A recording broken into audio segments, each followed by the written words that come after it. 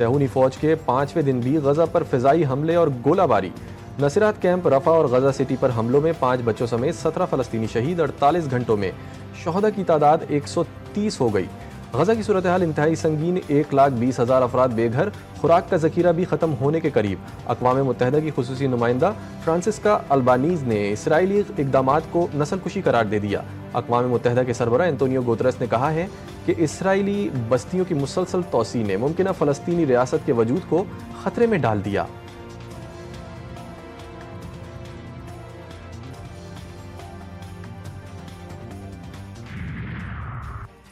صہیونی فوج نے لبنان پر بھی حملے شروع کر دیے۔ جنوبی لبنان میں 10 سے زائد مقامات پر بمباری، 2 لبنانی جاں بحق، 8 زخمی۔ اسرائیل کا راکٹ حملے کے بعد حزب اللہ کے ٹھکانوں کو نشانہ بنانے کا دعویٰ۔ حزب اللہ کا راکٹ حملے میں ملوث ہونے کی تردید۔ لبنانی وزیر اعظم نے خبردار کیا کہ لبنان کو نئی جنگ کا خطرہ لاحق ہے۔ صدر جوزف اون کی فریقین سے کشیدگی کو روکنے کے لیے تمام ضروری احتیاطی تدابیر اختیار کرنے کی اپیل۔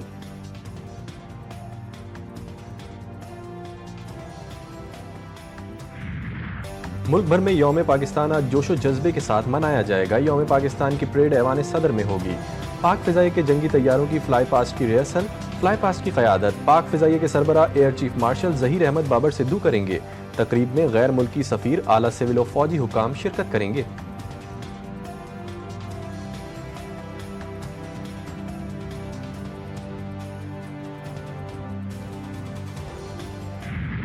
دشمن سن لو، پاکستان کے یہ بیٹے سینوں پہ گولیاں کھاتے رہیں گے اور اسی طرح اور بیٹے آگے آتے رہیں گے۔ ہم نہیں چھوڑیں گے ان دشمنوں کو، ان خارجیوں کو، ان انتشاریوں کو۔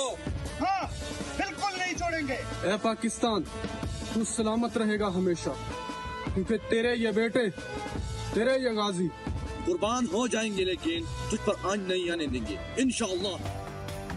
یوم پاکستان کے موقع پر محافظوں کا دشمنوں کو واضح پیغام۔ پاکستانی فوج اور فرنٹیئر کور خیبر پختونخوا نارتھ کے افسران اور جوانوں کی جانب سے وطن کی حفاظت اور حرمت کے حوالے سے خارجیوں، انتشاریوں اور امن دشمنوں کو منہ توڑ جواب دینے کا عزم۔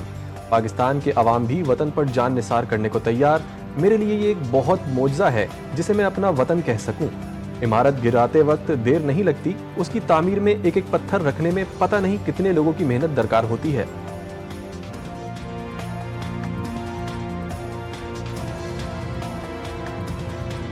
میرے لیے تو یہ ایک بہت بڑا معجزہ ہے کہ ایک زمین کا ٹکڑا ہو جسے میں اپنا وطن کہہ سکوں۔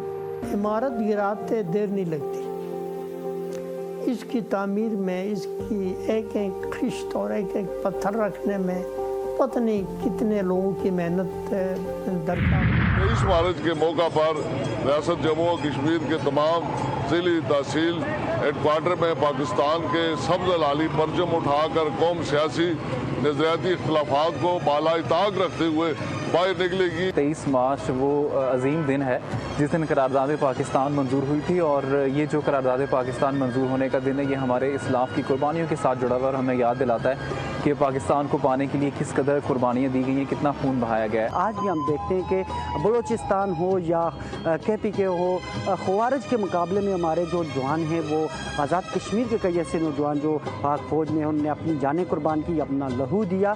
23 مارچ 1940 یہ دن ہمیں اپنے بزرگوں کی قربانی کی یاد دلاتا ہے، جنہوں نے پاکستان کے لیے اپنی جانوں کا نذرانہ بھی پیش کیا اور پاکستان کے لیے قربانیاں بھی دی۔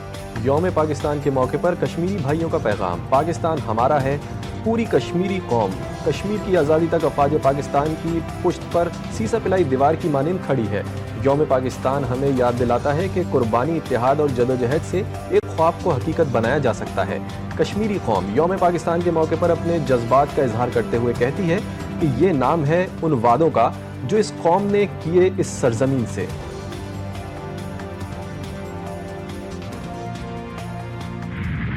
23 مارچ کی خوشیاں دوبالا کرنے کے لیے ISPR کا خصوصی نغمہ جاری۔ میرے محبوب پاکستان، میری جان پاکستان۔ خصوصی نغمہ کے بول، نئے ملی نغمے کا خصوصی پیغام۔ ایک دل، ایک جان، ایک پاکستان، نیا جوش، نئی امنگ۔ قومی نغمے کی زبردست پذیرائی ملی۔ نغمے کو مشہور پاکستانی گلوکار عاطف اسلم نے گایا ہے۔